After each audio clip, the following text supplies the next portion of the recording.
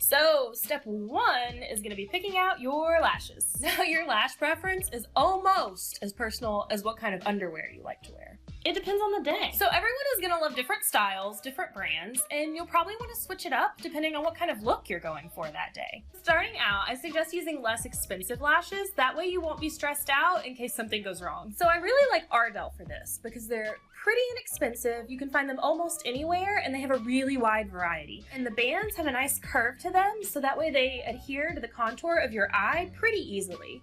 Lashes with thinner bands are going to be a little bit easier to manipulate and to hide in case you don't get the application just perfect. Bonus points if they're clear. Now I prefer lashes that flare out at the ends because I have slightly hooded eyes and they help accentuate my eye shape and help my eyes to look a little bit more open. But it's a good idea to play with a few different styles to find out what you personally like best. Deep set eyes, for example, usually do really well with lashes that flare out towards the middle because it helps bring them forward. So these are a couple of different styles that I picked up. The demi-wispies have almost a cult following and are pretty universally flattering. And then I also grabbed the faux mink ones here because they are super lush and fluffy and they were just too pretty to pass up. Now, neither of these styles comes with glue, but that's totally okay with me because I normally don't like the glue that comes included with lashes anyway.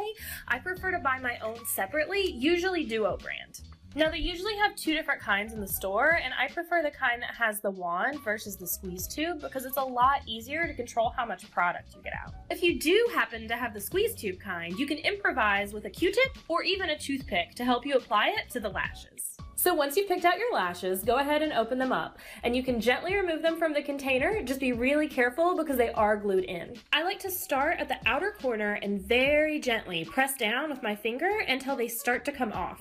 If they're really stubborn, you can take a pair of tweezers and grab the corner of the band to dislodge them. That way you don't pull any of the hairs out. Most of the time, they're going to be a little bit long for you to wear without trimming them. Set them along your lash line without glue and line them up so you can see where you want them to set. Generally, where your natural lashes start to grow in a little bit thicker is where you want to line them up. It's going to look the most natural that way. Think just short of a third of the way down your lash line.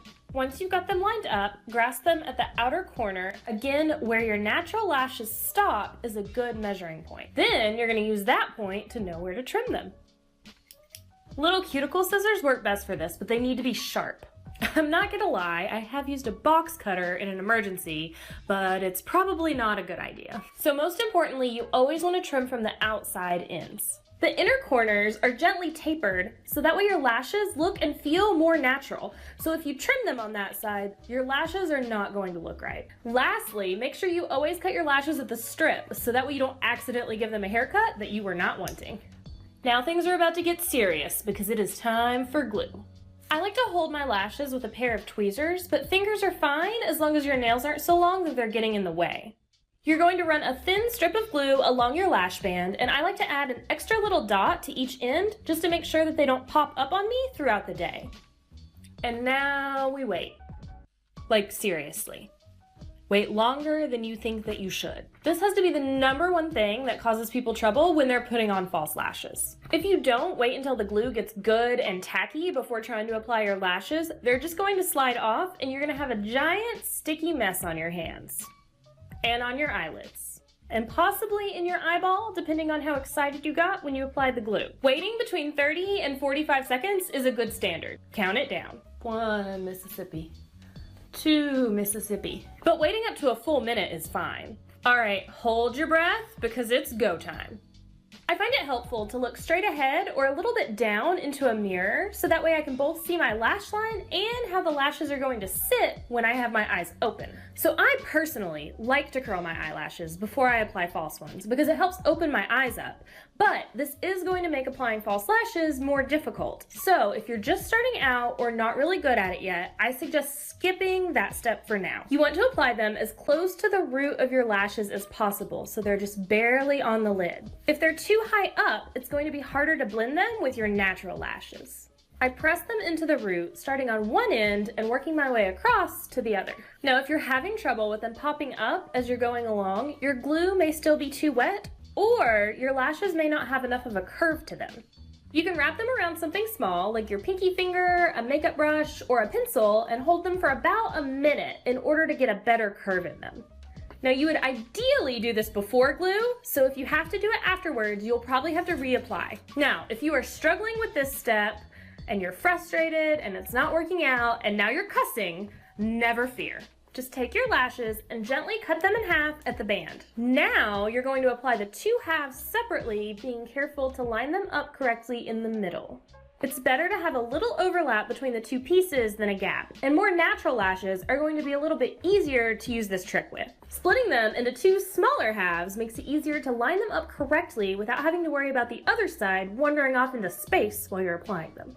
You can grasp them from the middle with your tweezers and gently press them down from the center of each piece. Now you want to blend your lashes. I like to take a pair of tweezers and gently clamp down to squeeze my real lashes together with the false ones, but you can gently use your fingers if your nails aren't too long.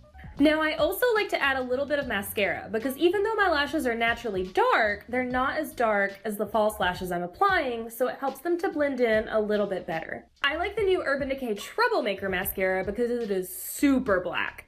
So now you're going to gently press up on your lashes, so that way it flips them up a little bit and they look nice and lifted. Now I normally have thicker eyeliner on when I'm applying lashes, but I went light on it today so that way you could see better. But having a good baseline before you put your lashes on does help them to blend better at the lash line, so I do recommend it. I also recommend taking a little black liner at the very end, I like liquid, and going over the band to help disguise it. Now if the glue is still showing because it can look a little shiny sometimes, all you have to do is take a little bit of matte black eyeshadow on a smudge brush or an eyeliner brush and dust it right over your lash line.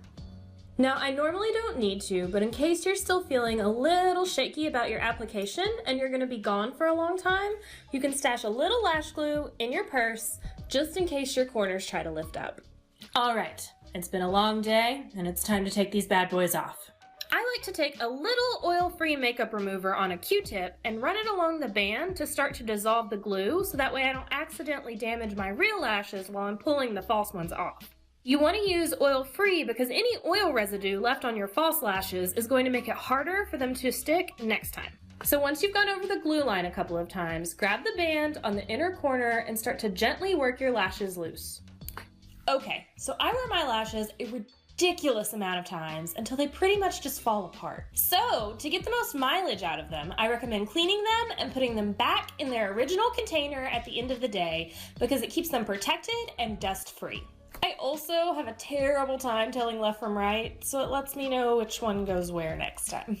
So you're going to want to gently pull the old glue off of the band because a buildup of glue is going to make it harder for the lashes to stick next time and potentially look like an eye booger. You want to be really careful when doing this because it is super easy to damage them. Then you can lay them out on a Kleenex and take a little cotton swab with your oil-free makeup remover and gently work any of the remaining mascara off of the lashes until they're clean. Then you just stick them back in the box until next time. So that is it. Let me know what you guys think down below in the comments. And if this video was helpful for you, feel free to like and subscribe so that way you don't miss any of the videos coming out for you on Mondays, Wednesdays, and Fridays. And feel free to share if you know of anybody who could use a little sunshine in their day. Or some help with lashes.